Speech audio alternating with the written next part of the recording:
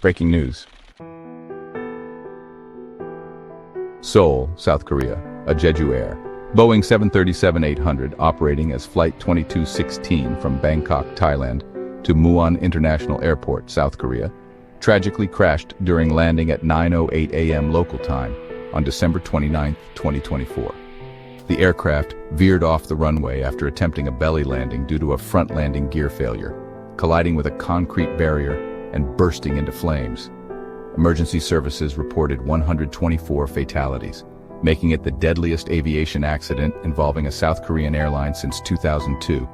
2 survivors, both flight attendants, were pulled from the wreckage and are receiving treatment for severe injuries.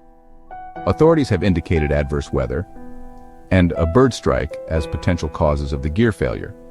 Video footage shows the aircraft skidding on its fuselage before the impact.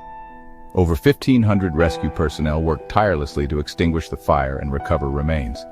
The ill-fated flight carried 175 passengers, predominantly South Korean nationals returning from a Christmas holiday, and 6 crew members. Identification efforts are ongoing due to the extent of the destruction. Acting President Choi Sang-mok extended condolences to the victims' families and mobilized government resources for recovery efforts. Jeju Air has apologized and suspended ticket sales temporarily, while Boeing has pledged to support the investigation. For continuous updates, stay tuned.